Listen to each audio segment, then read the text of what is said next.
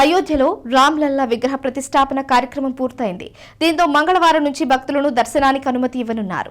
2.7 ఎకరాల్లో విస్తరించి ఉన్న ఆలయంలో ఆ దర్శనానికి ఎలా వెళ్లాలి అనేది శ్రీరామ జన్మభూమి తీర్థక్షేత్ర ట్రస్ట్ చీఫ్ ఉపేంద్ర మిశ్రా వెల్లడించారు. దర్శనానికి వచ్చే భక్తులు తొలుత ఆలయం చుట్టూ ఉండే బాహ్య ప్రాకారం దాటి లోపలికి రావాల్సి ఉంటుందన్నారు. అందులో మొత్తం 5 నిర్మాణాలతో పాటు పవిత్ర గర్భాలయం ఉంటుందని చెప్పారు. 795 మీటర్ల పరిధిలో ఉండే పర్కోటాలో 5 ఆలయాలుంటాయి. వాటిలో గర్భగుడి ఉంటుంది. గర్భగుడికి ముందు 5 మండపాలుంటాయని చెప్పారు. దర్శన వేళలు, హారతి, అర్చనలకు సంబంధించిన వివరాలను శ్రీరామ జన్మభూమి తీర్థ ట్రస్ట్ వెల్లడించింది. మందిరంలో రోజు 3 రకాల హారతులు నిర్వహిస్తారు. ప్రతిరోజు ఉదయం 6:30 గంటలకు, అలాగే మధ్యాహ్నం 12 గంటలకు, రాత్రి 7:30 గంటలకు 3 హారతులు ఉంటాయి. అయితే ఈ వేడుకలకు పాసులు ఉన్న వారిని మాత్రమే అనుమతిస్తారు. వీటిని ఉచితంగా జారీ చేస్తారు.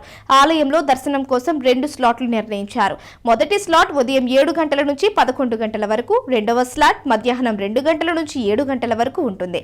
దర్శనం కోసం ముందుగానే ఆన్లైన్లో అధికారిక వెబ్సైట్లో బుక్ చేసుకోవచ్చు. మొబైల్ నెంబర్లో లాగిన్ అయ్యి తొలుత రిజిస్ట్రేషన్ చేసుకోవాలి. మై ప్రొఫైల్లో దర్శన స్లాట్లు లేదా హారతికి టికెట్లను బుక్ చేసుకోవాలి. ఆలయం లోపలికి వెళ్లే ముందు మందిర ప్రాంగణంలో ఉన్న కౌంటర్ వద్ద పాస్లు తీసుకోవాల్సి ఉంటుంది. కాగా ఆలయంలోని విగ్రహాలను నేపాల్ నుంచి సేకరించిన శాలిగ్రామ శిలతో తయారు చేశారు. ఈ శిలలు దాదాపు 6 కోట్ల సంవత్సరాల నాటివని చరిత్ర ద్వారా తెలుస్తోంది. కాళీ నది నుంచి శాలిగ్రామ శిలలను సేకరించేందుకు తొలుత కాళేశ్వర్ మహాదేవ్ ఆలయంలో శిలాభిషేకం చేశారు. ఆ తర్వాతే దేవుళ్లకు క్షమాపణ చెబుతూ ఈ పవిత్ర శాలిగ్రామ శిలలను అయోధ్యకు తరలించారు. నవమి రోజున సూర్యకిరణాలు నేరుగా స్వామివారి నుదుటిపై పడేలా విగ్రహం ఎత్తును ఏర్పాటు చేశారు.